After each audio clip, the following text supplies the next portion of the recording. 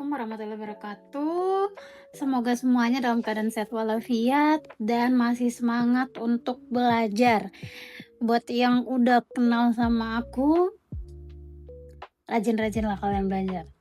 Tolong, bayar ujian prometrik itu mahal. Dan buat yang baru pertama kali ke channel ini, hai, welcome. Aku Rima, prometrik tutor exam. Buat teman-teman yang mau belajar secara private, boleh japri aku di Instagram atau di kolom komentar juga boleh, @rimasiombing_.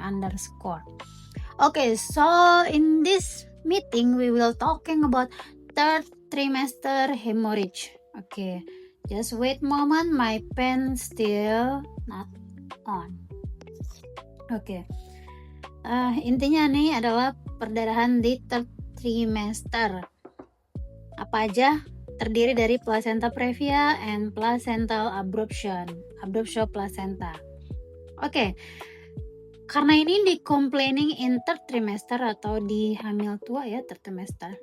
Bleedingnya itu more than 20 weeks gestation.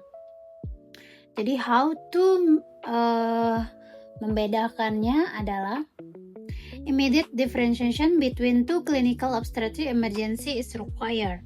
Yang pertama ada namanya placenta previa, the silent thread. The second one itu ada abruptio placenta, the angry thread. Kalau ini dia diam-diam, karena darahnya yang keluar juga diam-diam sih memang. Sedangkan yang ini angry karena dia akan menyebabkan birth like an abdomen, perutnya sangat sakit dan itu pericramping, bleedingnya nggak ngotak, jadi that's why dia dikatakan angry. Kalau ini silent karena dia darahnya itu keluar secara perlahan, diam-diam lah. So, placenta previa classification-nya itu there is, I don't know, sometimes people said itu ada 3. Jadi dia ngomongin marginal, parsial, sama complete. Tapi sometimes juga ada 4 yang namanya low lying, marginal, parsial, complete. Nah, jadi if someday in the question itu soalnya mengarah ke marginal kayak gitu ya, sedikit masih ada yang terbuka kayak gini. Tapi anyway, kalian bisa lihat di soalnya. Let's say dia bilang near not covering the internal cervical os. Ini juga kan near, tapi juga sebenarnya nggak hampir covering the internal os gitu ya. Tapi nggak ada pilihan low lying placenta ini ya, udah nggak apa-apa. Pilihlah si marginal previa ini. Oke. Begitupun sebaliknya. Tapi kalau parsial sama komplit ini sudah pasti jelas ya. Parsial itu udah menutupi sebagian nih. Kalau komplit ya udah di sini si plasentanya itu. Placenta previa itu adalah placenta letak rendah ya dalam bahasa Indonesianya. Placenta yang implantasinya di dekat serviks, tidak pada tempatnya. Kenapa bisa dia sampai di tempat serviks ini? Nah, placenta itu kan dia akan menempel di mana ada nutrisi di dinding endometrium itu. Nah, kalau misalnya dia sudah multimama, multigravida, itu pasti kan sudah nempel semua tuh uterusnya. Mungkin dari sini nempel di anak pertama, anak kedua di sini, anak ketiga di sini. Ya udah, makanya dia udah di anak ke-6, anak ke-7, ya udah di mana yang ada nutrisinya. Makanya dia bisa aja tiba-tiba nempel di sekitar sini, di sekitar sini. Oke, low lying placenta near but not covering the internal cervical os. Ya, jadi dia nggak deket sih menempelnya, tapi dia nggak nutup nih kan, masih bisa. Kalau marginal previa, edge of the placenta is precisely at the os, hampir banget. Sometimes 2-3 cm itu udah hampir near the cervical os. Nah, sedangkan si partial previa itu partially cover the internal os. Dan ini complete or total previa covers the internal cervical os entirely. Okay. The silent thread atau placenta previa, dia itu bisa kita lihat dari previa atau mnemoniknya itu bisa kita panjangkan. P itu for painless, jadi dia itu tak nyeri sama sekali. Classic presentation of vaginal bleeding.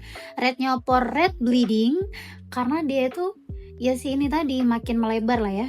Ini si cervixnya ini makin melebar. Ini kan jadi berdilatasi ya si pembuluh darah di sini, makanya dia keluar. Dan itu darah segar ceritanya karena dia nempel di sini. Beda kalau abruptio placenta itu dia tuh darahnya karena dia udah lepas gitu loh, udah lepas. Kalau ini kan cuma gara-gara dia nempel, makin melebar si ini nih, kan dia akan mengikuti elastiknya si cervix ini, makanya dia robek lah si yang di bawah nempel itu, makanya dia red bleeding. I-nya for extra soft uterus. Uterusnya itu non-tender on maternal palpation. Intinya tidak berkontraksi. Mayoritas itu tidak berkontraksi. Non-tender, tidak keras. V for vaginal exam contraindicated. Oke. I-nya for imaging. Diagnosis confirmed by ultrasound. Transvaginal is safe and preferred.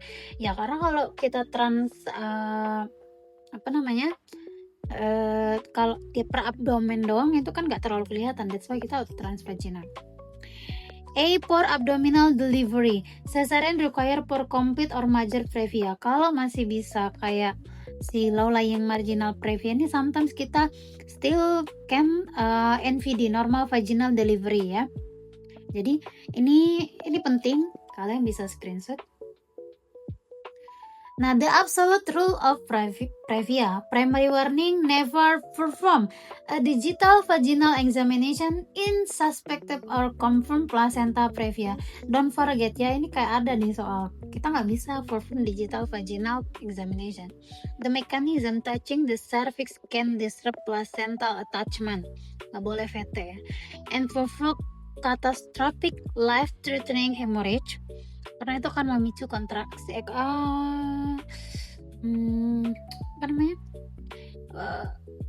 plasentanya itu terluka gitu, makanya keluar darahnya. Clinical actionnya, diagnosis and monitoring must be done by ultrasound only until previa has been definitely excluded. Sedangkan si placental abruption or abruptio placenta or the angry thread, the angry one, itu definitionnya premature separation. Jadi pelepasannya itu yang prematur, belum waktunya dia udah lepas sendiri. Memang jahat sih ini. Of a normally implanted placenta from the uterine wall. Uterine tone goes, harusnya dia soft atau normal. Pada saat kasusnya si placental abruptio or abruptio placenta, dia akan terjadi kontraksi karena pelepasan placenta itu kan bisa memicu kontraksi. Jadi birth like an abdomen, akan keras. Oke. 3 cirinya, dia akan pain, agonizing, painful vaginal bleeding. Yang kedua itu akan uterusnya firm, tender, and become rigid or birth like abdomen. Intinya akan keras seperti papan. Contraction, high frequency, low amplitude contraction, uterine hyperactivity or hypertonus, and the bleeding will be dark vaginal bleeding. Why? Karena biasanya dia tuh sudah bleeding di sini. Ini tuh namanya placental separation, premature separation. Sudah lepas gitu, memang sudah lepas placentanya tapi tertahan. Nah, harusnya kalau bedanya sama si abruptio kalau placenta previa, kenapa darahnya segar? Ini kan yang makin melebar. Jadi si tempat menempelnya placenta ini juga kan ngikut dia. Let's say ini kan si cervixnya, placentanya nempel di sini. Ini makin melebar ke sini, ini kan akan tertarik kan? Nangkep lah ya what I mean. Sedangkan si abruptio placenta ini tuh memang sudah lepas premature separation. Nah, jadi bisa menyebabkan retroplacental hematom, jadi perdarahan di dalam, atau concealed hemorrhage. Jadi darahnya itu ini darah concealed hemorrhage-nya. Oke. Darahnya berwarna hitam. Exam trap-nya, no external bleeding does not exclude abruption. The data in up to 20% of cases bleeding is entirely concealed retroplacental. Jadi kebanyakan darahnya itu masih nampung di sini, belum keluar semuanya secara keseluruhan. That's called conceal. Tertinggal di sini, intinya belum kayak keluar semua. Diagnostic rule-nya kita ngapain? Diagnosis is primary clinical. So Jadi diagnostic rule-nya itu diagnosis is primarily clinical. A normal ultrasound scan does not rule out an abruption. Jadi nggak bisa scan normal aja, harus yang benar gitu untuk ultrasoundnya. Fetal status and disrupted exchange. So, placental previa fetal statusnya itu usually stable unless maternal hemorrhage become exceptionally severe ya. Sedangkan placental abruption fetal status is often compromised early, akan jelek CTG-nya. The abruption of placenta gas exchange lead to repeat fetal distress and category 2 or 3 CTG change. Jadi dia bisa jadi become late deceleration or variable deceleration. Ya. Kalau placenta previa dia masih oke-oke aja, tapi kalau si placenta abruption ini memang angry banget sih. CTG dia buat angry, perdarahan dia buat angry, nyerinya dia buat angry banget. The definitive diagnostic dashboard. Oke, ini jangan lupa penting di screenshot. Pain, placental previa itu painless, dia tidak nyeri. Kalau placental abruption itu sangat sakit. Uterine tone-nya kontraksi atau tidak. Kalau placenta previa itu soft non-tender. Kalau placental abruption itu firm, tender, rigid board like abdomen. Intinya keras. Bleeding color. Kalau si placenta previa itu bright red bleeding. Darahnya merah segar. Sedangkan si abruption placenta akan dark red, maybe concealed. Fetal statusnya sometimes usually stable kalau si placenta previa karena nggak ada kontraksi di situ. Sedangkan placental abruption compromise early in category 2 or 3 or yang biasa kita sebut late deceleration or variable deceleration. Vaginal exam kita contraindicated ya, we cannot do vaginal examination. But in placental abruption not routinely contraindicated after previa excluded. Kalau sudah ketahuan previanya excluded ya udah. Maksudnya itu kalau misalnya kita udah tahu nih kalau itu tuh bukan placental previa, yaudah we can do vaginal examination. Okay. The dangerous intersection pass risk. Okay. Placental previa ini majority dikarenakan multiparity, multiple gestation, smoking sama IVF. Placenta accreta spectrum itu tuh penempelannya like I told in aku udah jelasin ini di placenta previa di PPH. Jadi si placenta accreta itu adalah penempelannya di antara di luarnya endometrium tapi belum nyampe ke myometrium. Oke. Terus juga karena ada prior cesarean scar, biasanya karena post CS. Clinical insight: when placenta previa coexist with prior cesarean scar, the risk of pass, maksudnya itu resiko untuk placenta previanya itu nempel sampai ke accreta atau menjadi placenta accreta itu makin tinggi. Is significantly increased.